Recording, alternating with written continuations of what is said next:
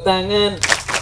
Kalau kau sudah mandi pasti badannya wangi. Kalau kau belum mandi tepuk tangan. Berarti ketahuan belum, man. Masya Allah. Siapa tadi sore sudah mandi? Jawabannya aku. Itu bukan tepuk. Ulangi mana? Siapa tadi sore sudah mandi? Hebat. Siapa tadi sore mandi sendiri? Siapa tadi mandi pakai sabun cuci? Ya Allah, masa mandinya pakai sabun cuci? Gatel-gatel. Makanya konsentra. Siapa tadi mandi pakai sabun wangi? Siapa tadi mandi di kamar mayit? Masa mandinya di kamar mayit? Berarti mandinya sama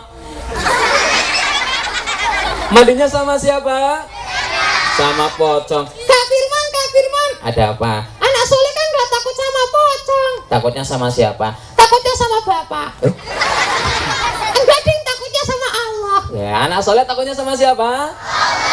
Kalau mandi masih dimandiin atau mandi sendiri? Beneran?